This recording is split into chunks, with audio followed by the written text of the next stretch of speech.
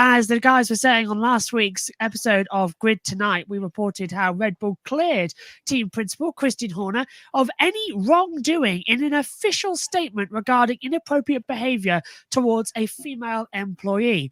However, after the statement was released, alleged evidence was leaked to the F1 CEO, FIA president, F1 team principals, and to members of the media.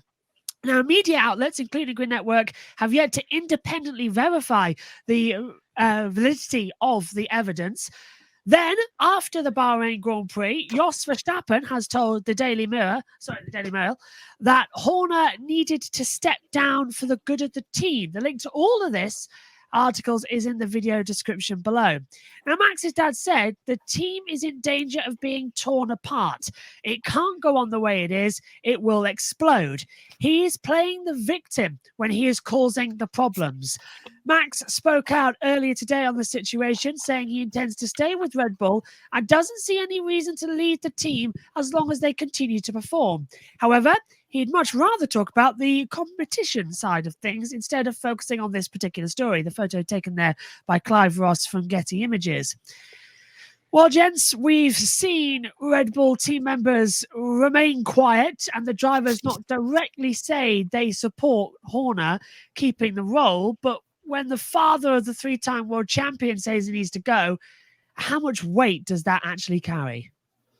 I think it carries a lot of weight. That's exactly why Max Verstappen, had to basically try to distance himself from his father's comments today, because I know a lot of people like to assume, be like, if my mother or father is saying this, then you automatically think, then I guess Max Verstappen might be thinking the same thing about Christian Horner. But Max, obviously, wants to focus on what's going on the track instead of what's happening off the track. But this is clearly becoming a major distraction. I was really shocked to see Max's father make these comments. And interestingly enough, Lewis Hamilton also commented on the situation, said, I was reading an article earlier today on motorsport.com. Lewis said, things get kind of, interesting when parents get involved in situations. And he feels like that when your parents are involved, you can kind of go down a slippery slope. And Lewis Hamilton and his dad, they used to be closely involved in racing with his dad helping manage his career, but it obviously took a toll on their relationship. So Lewis and his dad, decided, to just have strictly a father and son relationship instead of, instead of having the business side of things, tear them apart. So I understand where Lewis Hamilton is coming from when he's saying that, things, it may get, really hard in those situations when your father becomes involved. It might have been better for Max's dad, to keep his mouth shut and not necessarily, say anything on this subject, but it definitely speaks volumes, that he decided to make all of these comments about the team is in danger of being torn apart. It can't go on the way it is. It could explode, and then accuse Christian Horner playing the victim when he is the one causing all the problems. This situation, continues to spiral out of control. Isn't Formula One really boring when the cars are going round? Otherwise, it's absolute fireworks everywhere, as we're going to get to throughout the show tonight. This is like we've got Jos and Max, and then the team, and there's like a divorce kind of proceedings going to be going on here. It's a very strange situation for the drivers to be in, as you said, Josh, that they've not, even Max or Sergio haven't commented really on the situation at all, apart from, we're focusing on the driving and the weekend, and they've said similar things today. Of course, everything's great, absolutely, Matthew, with the Carl Busch line. Everything is great. We'll get to more of it shortly. But they're playing the party line, and I guess that's probably the best thing for it at this stage, while the allegations of allegedly, let's put it that way, wrongdoing are still up in the air. As I said on, I think I may have said it on social media, and certainly said it during our Cup coverage of the NASCAR race when we did a brief chat about this at the weekend, me, Matthew, and Joe. You're either on the side of Christian and he's done nothing wrong if you're a Red Bull fan, but if you're not a Red Bull fan, he's done nothing wrong. He's done everything wrong. And he needs to go. There doesn't seem to be any clarity in this situation at all, and this is what we need now with this and what we've got coming up shortly in our second story tonight, involving even more higher ups than Christian Horner. But the power struggle is going to be going on. All the fireworks are going to be going off, and we need some clarity on this. And the fact that was it Friday it came out, wasn't it? I think, or Thursday. I can't remember now. It's been such a crazy weekend with the schedule being all over the place. On Friday, when all the WhatsApp stuff got dropped on us, nobody said straight away that it wasn't real. We don't want to make a comment at this time, If it wasn't real, just say, and then it's done with, isn't it? If it was a fake, which obviously a lot of people jumped to the conclusions on the first screenshot that kind of went everywhere. We at Grid Network have, thankfully, for some context that we've got, managed to see the whole thing, which a lot of people haven't seen yet. It doesn't look good. If that is real, it does not look good for him. Really does not look good. So we wait to see what happens. I'm sure it's going to be talked about across the coverage on the weekend of the race. Of course, we've got practice and whatnot starting tomorrow. So just another strange situation that F1 seems to keep finding itself in. But as I said at the very top, it's really boring when the cars are going around. And it's a Red Bull dominating there as well. It's 12 hours until the first practice session. I doubt we're still going to be talking about this going forward. Anna says, what a tangled web we weave. It really has been. And hi, Josh. Hi, Omi, as well out there. But yeah, it's very much like that Frank Drebin from Police Squad. Everything's okay. Nothing to see here. All's okay. It's an absolute mess. And yeah, they need to sort of come out and say if that email was correct and if it's factual, because we've got to be very careful what we say, obviously, as well, because it's still redacted to an extent. But all we can comment for certain is that email went to every team principal, the head of the FIA, the head of FOM, and 500 permanently passed media people. Now, first of all, I'm not a permanent press, so I didn't get it, but we all got the link afterwards.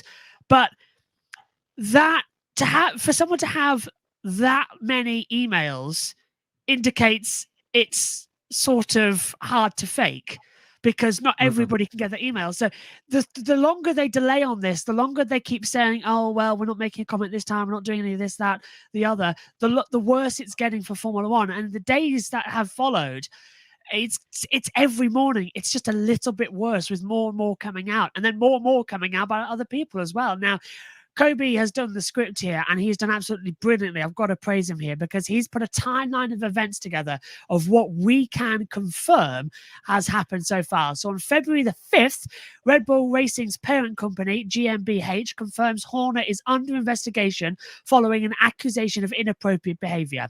On February the 9th as well, Horner is questioned by a lawyer in charge of the investigation. There is no immediate resolution. Joe's also, Kobe's just put in the chat here that Joe deserves credit for that, not me as well. Both of you do amazing on these scripts, so I'll thank Joe as well. Now, so yeah, that was February 9th. Horner was questioned, no immediate resolution. February the 15th, Horner appears at Red Bull's car launch, his first public appearance since news of the allegations emerged. February 18th, F1 makes its first public comment calling for Horner's future to be clarified at the earliest opportunity. February the 20th, Horner flies to Bahrain for 3 days of testing before the new season. February 21st, Horner is on the pit wall and tells Sky Sports, within the team, the unity has never been stronger. But Toto Wolff said, an issue for all of Formula One. On February the 22nd, Horner and 4 other F1 team principals appear in a press conference. He refuses to comment on the investigation, but says everybody would like a conclusion as soon as possible. On February the 23rd, Max Verstappen says it will be nice for everyone when the investigation into Horner is concluded. Ford sent a letter dated February 23rd demanding a resolution of expressing displeasure as their values are non-negotiable.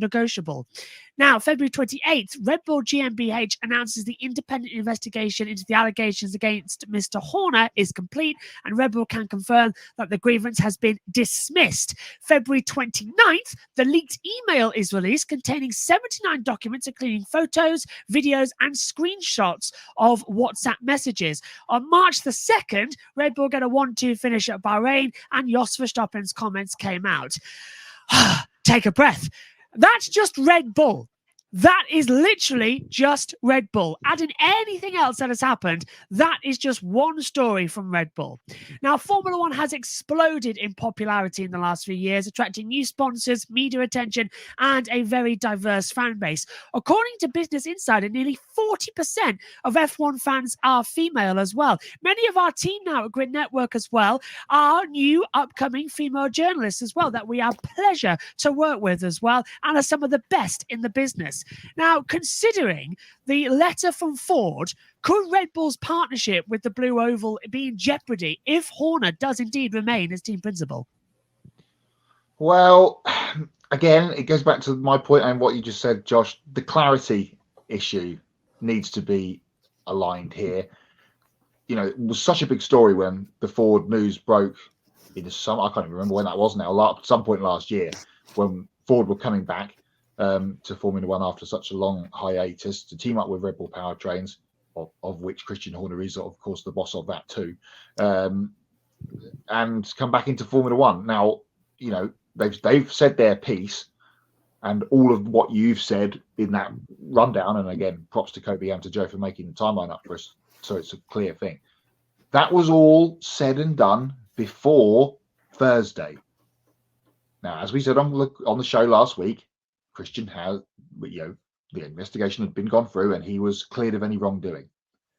The person behind this, on the other end of the scale, clearly went, really? Are you sure? Have some of this.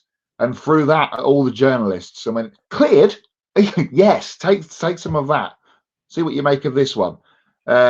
So, again, it's a process. It's now, what, a week? Give or take, will be tomorrow. By the time I wake up, it'll be a week since all this came out, and we're still no further forward with it. If this was, some company that no one had ever heard of, and this was going on behind closed doors, this would have been probably dealt with by now in a HR proceeding, and it's still rumbling on in the public eye and at the very forefront of it. And we saw the smiling Mrs. Horner at the weekend when her husband's team got the 1-2. So they're putting on the bravest of faces. And I think for Ford's point, if this rumbles on any longer than, if we get to Melbourne in, that's 2 weeks from the weekend and it's still up in the air, then we really need to question and they'll be doing it themselves in the board meetings at Ford. They will be questioning what would they do with their future in Formula One. And got a comment here from my own Ben Snyder saying you're not rooting for it, but you fear that Formula One is about to crash and burn. And you think, to be honest, you can make a case that maybe they deserve it. Formula One, they're going through quite a time right now. And when you talk about crash and burn, it seems like, that's the path that they're headed on, because all of the press right now about Formula One, it's not good at all. You have the Horner stuff, and then you have the Mohammed bin Sulayem stuff, which we're going to talk about at the end of this segment. But I have a feeling, like you're saying, Matt, if this continues to linger on and on, I think Ford is going to have even more leverage than they do right now. They can either be like, Christian Horner, you need to step down, for the good of the team and the future partnership between Red Bull and Ford, or you can stay on, we can leave. Because it would not be a good thing for Red Bull if Ford decides, to discontinue their partnership. And I have a feeling the longer this goes on, there's going to be a lot more pressure on Christian Horner to resign. And this situation, like I said, it was just really spiraling out of control. And as we head into a new race weekend, now I'm wondering what's going to happen next. Are we going to get even more information coming out about this situation? Because it's just a really messy situation that's going on right now, and we really do need to get a lot more clarity about what's going on. Simple question now from all this chaos. Could this distraction hurt Red Bull's on-track performance and open the door for other teams to take advantage in this turmoil? Well, at the end of the day, Josh, I still think this Red Bull car is just so strong that they'll still continue to win races. I think Max Verstappen is still going to easily walk away with this year's championship, and Red Bull take the constructors. But I think the big issue is, I think that it could start to hurt if it hasn't already. I think it already has to a certain degree. Already, hurt the morale within the team. A lot of frustration with what's going on. I think it could start impacting, everything that's happening inside the team, but not necessarily what's going on the racetrack. And And if it does, I like you're saying, I expect the teams to definitely take advantage of the turmoil going on. But I still think that Max Verstappen is still going to be able to win all these races. But it's certainly it might be a lot harder, for everyone in the team if Christian Horner continues to stay on as the team principal. Yeah, I don't disagree, Kobe. What I want to happen on Saturday, it won't, because he's going to win by 15, 20 seconds again like he did at the weekend. But I want, like we had a couple of years ago with the Hamilton race, and it was a close race, and Max will win. And then Christian will come on the radio at the end to put your point before. He'll say, yeah, well on, Max, great. Yeah, brilliant drive, da-da-da. And he'll just go, yeah, thanks, Christian. And then, the tension will still be there, and the photo ops and stuff will still happen. We know Jos is not going to be at the race this weekend because he's got, well, it depends who you believe. He's either got a clashing rallying commitment or he's been asked to stay away. Well, depends who you believe, but it sounds like he is doing a rally, or was that just consequential? But I don't think it'll phase them. And as we've seen from the last couple of Saudi races, if you get out front, you're probably going to stay out front because it pretty much is one continuous corner, and no one can overtake at the street track that is Jeddah. So more on that in a minute, but more on past Jeddah races, I think, to come in our next segment of news.